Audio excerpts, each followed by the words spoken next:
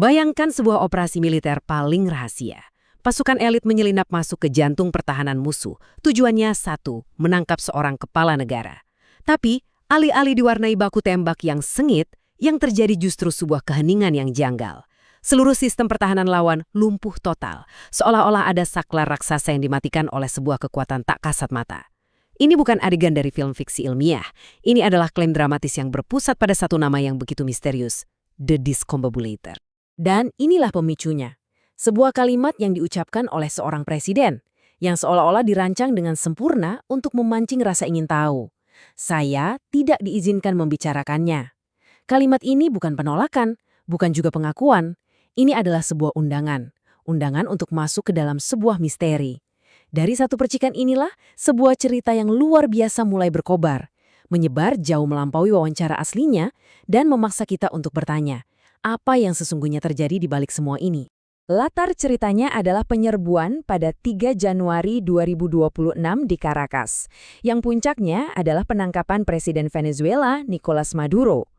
Klaim yang beredar terdengar begitu absolut, begitu dahsyat.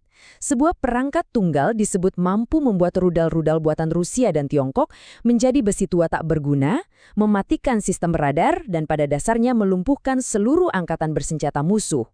Semua ini konon terjadi tanpa ada satupun korban jiwa di pihak penyerbu. Ini adalah sebuah narasi tentang supremasi teknologi yang mutlak. Nah, untuk benar-benar memahami fenomena ini, kita perlu membedahnya lapis demi lapis. Kita akan mulai dari klaimnya yang terdengar seperti fiksi itu sendiri. Lalu kita akan membedah anatomi klaim tersebut, dari mana asalnya. Setelah itu kita akan menganalisis mekanisme di balik viralitasnya. Mengapa cerita ini menyebar begitu cepat? Kemudian, kita akan membangun sebuah kerangka berpikir kritis. Dan terakhir, kita akan sampai pada sebuah kesimpulan tentang di mana sebenarnya letak kekuatan tertinggi dalam cerita ini. Mari kita mulai dari bagian pertama, senjata dari fiksi. Di sini, kita akan menyelami lebih dalam klaim-klaim dramatis yang beredar. Klaim yang melukiskan sebuah gambaran yang sangat spesifik, sangat sinematik, tentang kemampuan senjata misterius ini. Jadi, menurut narasi yang menyebar luas, saat pasukan Venezuela mencoba menekan tombol peluncuran, tidak ada yang terjadi, sama sekali. Sistem radar mereka mati begitu saja. Lalu muncul kesaksian dari seorang saksi anonim, seorang pengawal, yang menggambarkan efek fisik yang mengerikan. Sebuah gelombang suara yang tak terdengar, namun terasa begitu kuat. Seolah-olah kepala akan meledak. Efeknya, mimisan hebat dan bahkan muntah darah. Ini bukan lagi deskripsi tentang senjata yang melumpuhkan mesin. Ini adalah deskripsi tentang sesuatu yang melumpuhkan manusia. Sebuah lompatan teknologi yang melampaui apapun yang pernah kita ketahui di ruang publik. Oke, setelah mendengar klaim yang begitu luar biasa, langkah yang paling krusial adalah berhenti sejenak dan bertanya, dari mana persisnya semua informasi ini berasal? Disinilah kita memulai proses penting, memisahkan antara sebuah narasi yang sangat memikat dengan bukti yang bisa diverifikasi. Apa yang kita lihat di sini adalah sebuah jurang yang sangat dalam. Di satu sisi timbangan, kita punya bobot naratif yang sangat berat. Satu wawancara dari seorang tokoh politik, ditambah kesaksian satu orang saksi anonim yang tidak bisa kita lacak. Di sisi lain timbangan, kekosongan. Benar-benar kosong. Tidak ada laporan resmi dari Pentagon, tidak ada analisis teknis dari para ahli senjata independen, tidak ada satupun data yang bisa diuji. Jadi, narasi ini, betapapun menarik dan sinematiknya, ternyata berdiri di atas fondasi yang, sangat rapuh. Dan disinilah kita harus paham perbedaan yang fundamental. Sebuah pernyataan politik punya tujuan membangun narasi, mungkin untuk menciptakan citra kekuatan atau untuk menanamkan benih keraguan di benak lawan. Tujuannya adalah persuasi. Sebaliknya, verifikasi teknis sama sekali tidak peduli dengan cerita. Ia hanya peduli pada satu hal, bukti dan data yang bisa diuji secara berulang-ulang. Tanpa adanya verifikasi teknis, klaim secanggih apapun pada dasarnya hanyalah sebatas kata-kata yang melayang di udara. Pertanyaan lanjutannya menjadi jelas. Jika buktinya setipis ini, mengapa ceritanya bisa menyebar ke seluruh dunia dengan begitu cepat dan masif?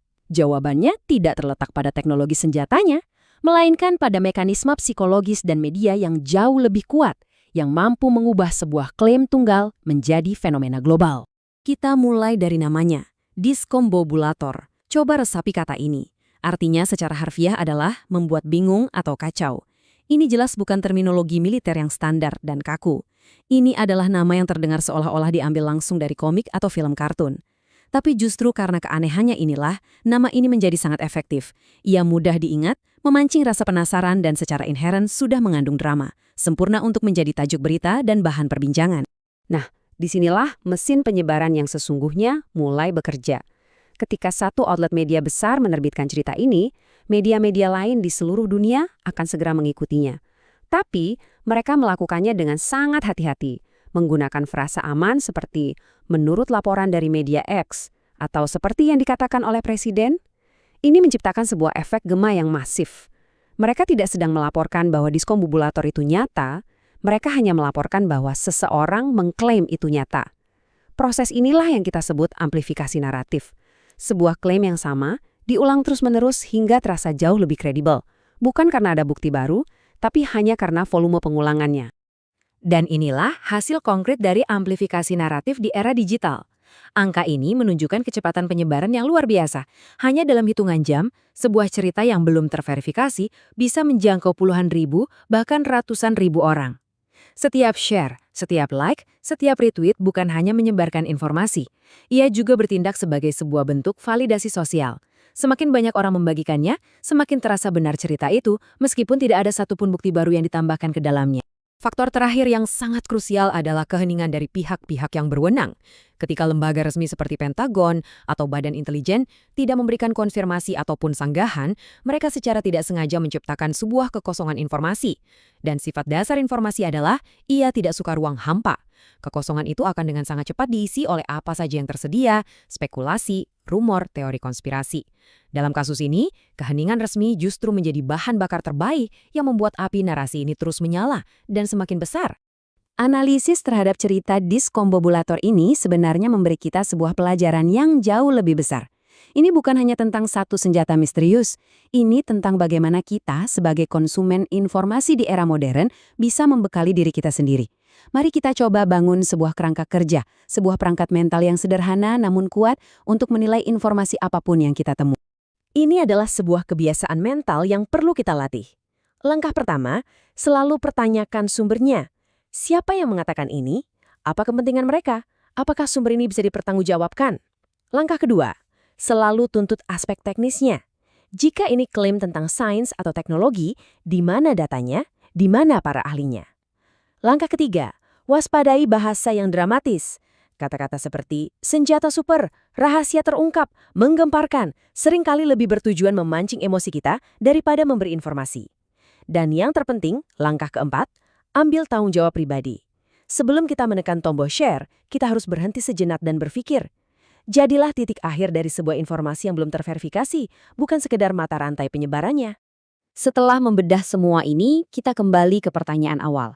Kisah diskombobulator ini begitu menarik bukan karena potensi senjatanya, tetapi karena apa yang diungkapkannya tentang dunia informasi kita saat ini. Dan ini membawa kita pada sebuah kesimpulan yang jauh lebih penting, yang melampaui urusan teknologi militer. Di abad ke-21 ini, senjata yang paling kuat dan paling berpengaruh bukanlah perangkat rahasia yang tersembunyi di gudang militer. Kita begitu terpesona oleh gagasan tentang teknologi yang bisa mengubah jalannya sejarah dalam sekejap.